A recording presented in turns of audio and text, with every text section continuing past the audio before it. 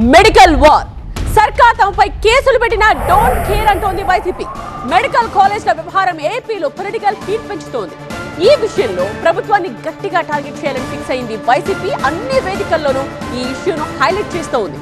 ఈ అంశంపై ఆందోళనకు దిగిన వైసీపీ నేతలపై నమోదైన కేసులతో ఈ మొత్తం వ్యవహారం కొత్త టర్న్ తీసుకునేలా కనిపిస్తోంది.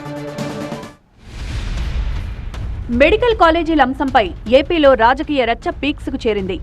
దీనిపై అటు కూటమి ప్రభుత్వం, ఇటు విపక్ష వైసీపీ నేతల మధ్య కొద్ది రోజులుగా మాటల యుద్ధం నడుస్తోంది. ప్రభుత్వ ఆస్తులను అమ్ముకోవడంతో పాటు పేదలపై భారం మోపేలా ప్రభుత్వం వ్యవహరిస్తోందని వైసీపీ విమర్శిస్తోంటే, మెడికల్ కాలేజీలు మరింత మెరుగ్గా నిర్వహించేందుకే ఈ నిర్ణయం తీసుకున్నట్లు కూటమి ప్రభుత్వం సమర్థించుకుంటోంది.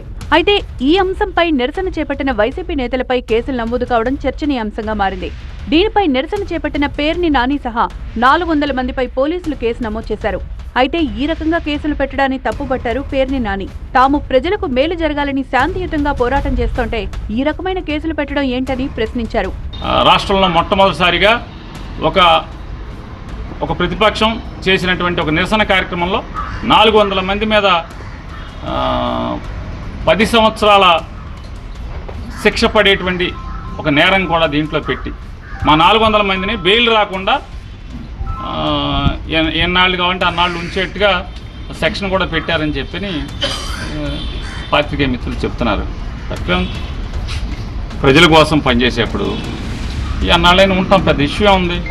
చంద్రబాబు నాయుడు, కొల్లు రవీంద్ర వీళ్ళు వాళ్ళ ఇష్టం చేసుకొని తమపై కేసులు పెట్టిన పోలీసులు ఇతర పార్టీల నేతలు, కార్యకర్తల విషయంలోనూ ఇదే రకంగా వ్యవహరించాలని కోరారు పేర్ని నాని. రౌడీయిజానికి పాల్పడుతున్న టీడీపీ, జనసేన వారిపై కూడా కఠినంగా ఉండాలన్నారు. ఎస్పీ గారి నిర్ణయాన్ని, ఎస్పీ గారి యొక్క చర్యని స్వాగతిస్తున్నాం. జనసేన, తెలుగుదేశం పార్టీ వీళ్ళు ఎవరు అరాచకాలు చేసినా కూడా అంతే కొరడా జులిపించమని చెప్పండి.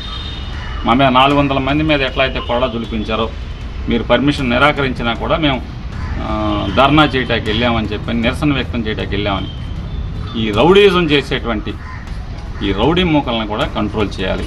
ఇప్పటి వరకు మెడికల్ కాలేజీలపై ప్రభుత్వ నిర్ణయాన్ని తప్పుపడుతున్న వైసీపీ నేతలు ఇప్పుడు ఈ కేసుల విషయంలోనూ ప్రభుత్వాన్ని టార్గెట్ చేసే అవకాశాలు కనిపిస్తున్నాయి. ఈ వ్యవహారంలో ఎంతవరకైనా వెళ్లాలని భావిస్తోన్న వైసీపీ ఈ పోరాటంలో ఎదురయ్యే సవాళ్లను కూడా అంతే ధీటుగా ఎదుర్కొనేలా ముందుకు సాగాలని భావిస్తోంది. మరి ఈ కేసుల వ్యవహారం రాజకీయంగా ఎలాంటి రగడకు దారితీస్తుందో చూడాలి.